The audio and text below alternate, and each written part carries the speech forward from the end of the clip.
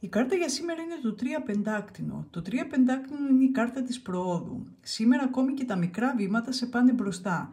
Είτε αφορά στα οικονομικά σου, στην υγεία, στο σπίτι, στην καριέρα, κάτι φαίνεται να χτίζεται.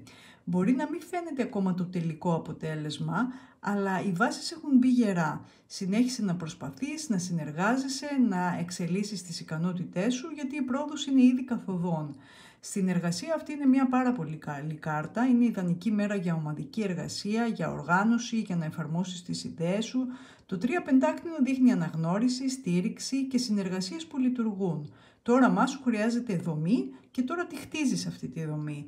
Στις σχέσεις αυτή η κάρτα δείχνει ότι θα υπάρξει κάποια αμοιβαία προσπάθεια. Μπορεί να είναι μέσα από κατανόηση, μέσα από υπομονή, πάντως φαίνεται να χτίζεται κάτι σταθερό. Η αληθινή σύνδεση, η βαθύτερη σύνδεση με κάποιον θέλει χρόνο και σήμερα κάνετε αυτά τα ουσιαστικά βήματα μαζί.